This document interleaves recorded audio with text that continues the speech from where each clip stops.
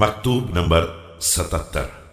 آپ علیہ السلام کی وصیت عبداللہ بن عباس کے نام، جب انہیں خوارج کے مقابلے میں اتمام حجت کے لیے روانہ فرمایا۔ بسم اللہ الرحمن الرحیم۔